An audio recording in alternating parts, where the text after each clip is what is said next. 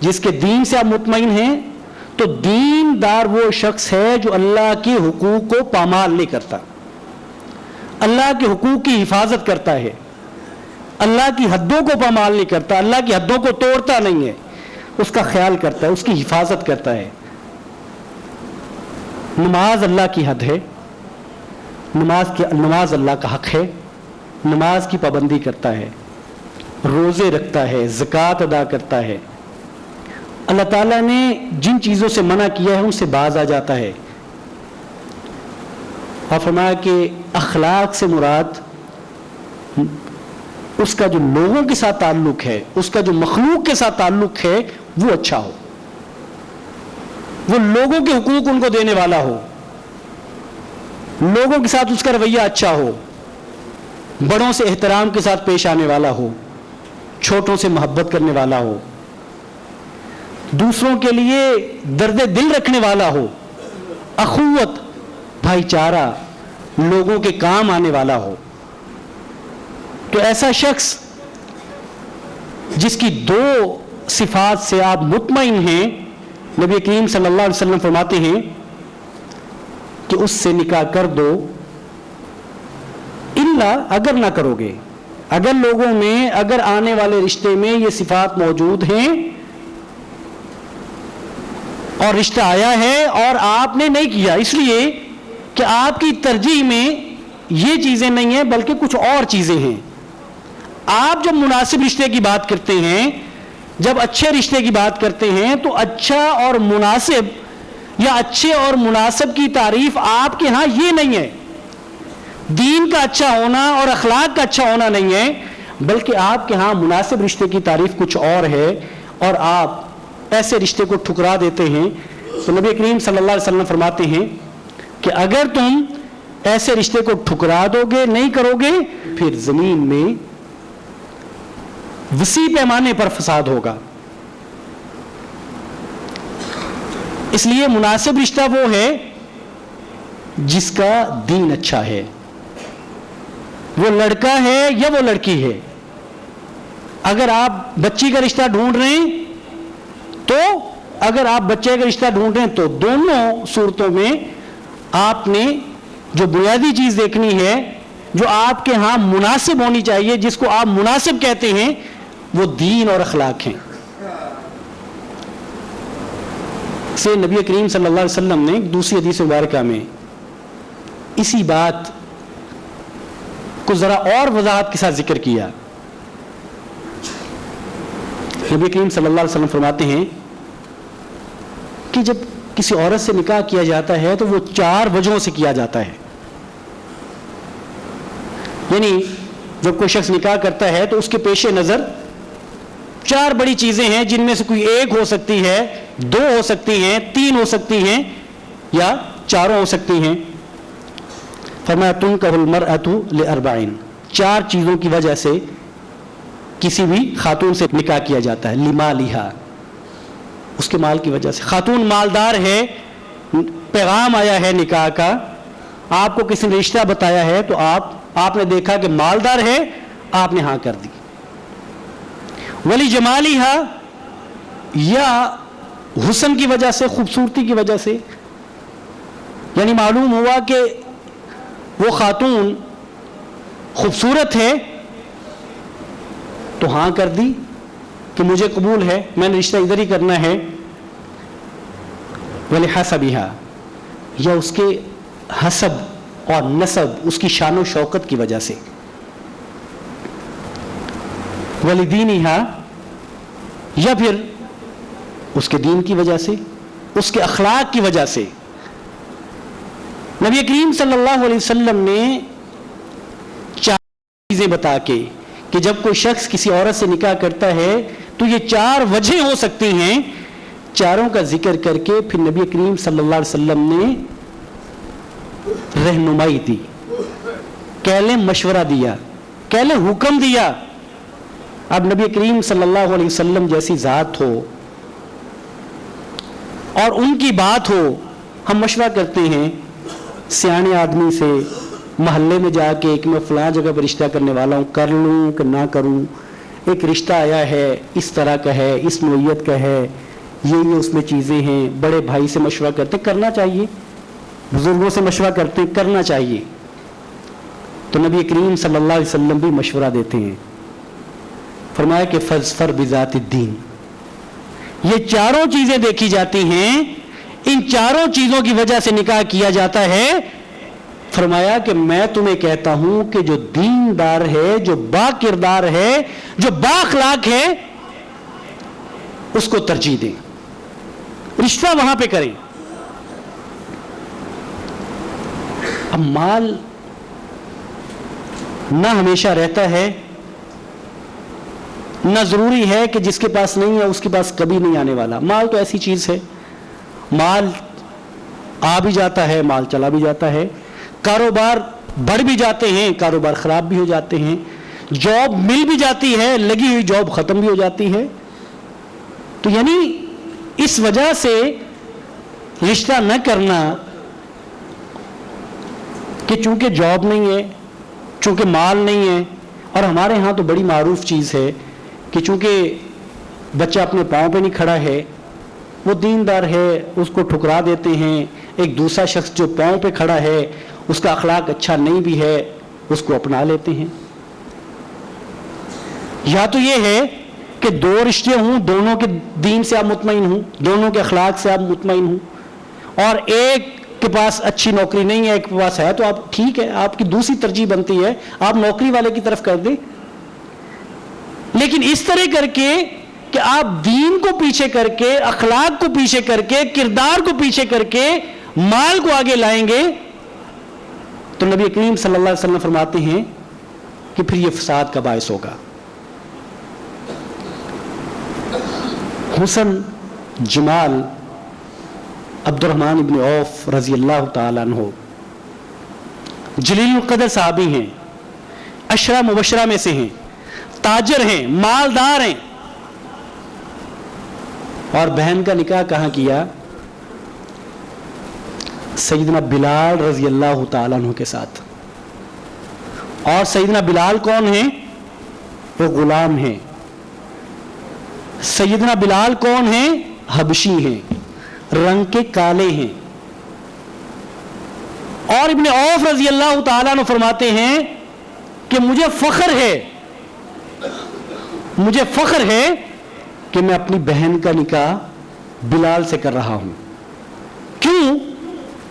اس لیے کہ بلال حبشی تھے, بلال رنگ کے کالے تھے, بلال غلام تھے, بلال غریب تھے, لیکن بلال وہ ہیں, نبی کریم فرماتے ہیں کہ بلال آپ یہاں چلتے ہو آپ کے قدموں کی آہٹ جنت میں آتی ہے. بلال متقی تھے, بلال با کردار تھے, بلال کے دین سے اطمینان تھا. سو ابن عوف نے رضی اللہ تعالیٰ عنہ اپنی بہن کا نکاح ان سے کیا.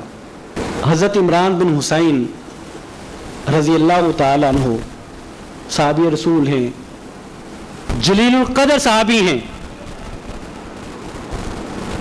لیکن رنگ کے کالے ہیں, متقی ہیں, نیک ہیں.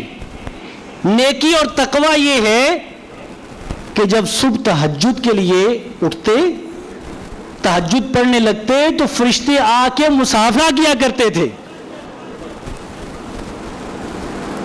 رنگ کے کالے ہیں,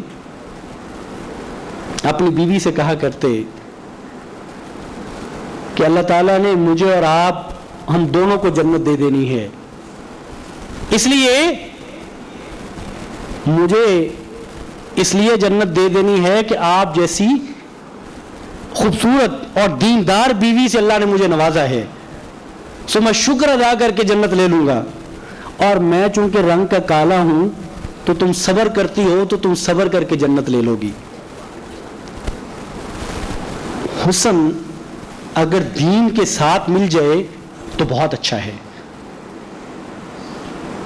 ورنہ دین کو چھوڑ کے حسن اور خوبصورتی کی بنیاد پہ, صرف حسن اور خوبصورتی کی بنیاد پر رشتہ کرنا, یہ نبی کریم صلی اللہ علیہ وسلم کی ہدایات اور رہنمائی کے مطابق نہیں ہے.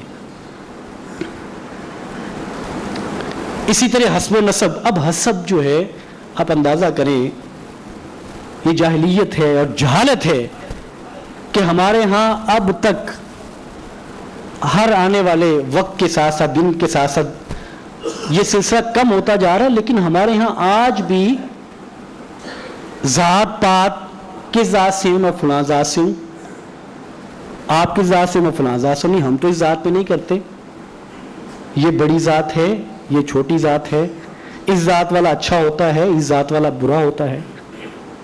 اگر یہ ذات اور پات اور حسب اور نسب یہی مقام اور مرتبہ رکھتا ہے تو پھر ہندوؤں کا کیا قصور ہے, پھر براہمن ہوں یا شودر ہوں یا ان کا کیا قصور ہے, وہ بھی تو یہی کچھ کرتے ہیں.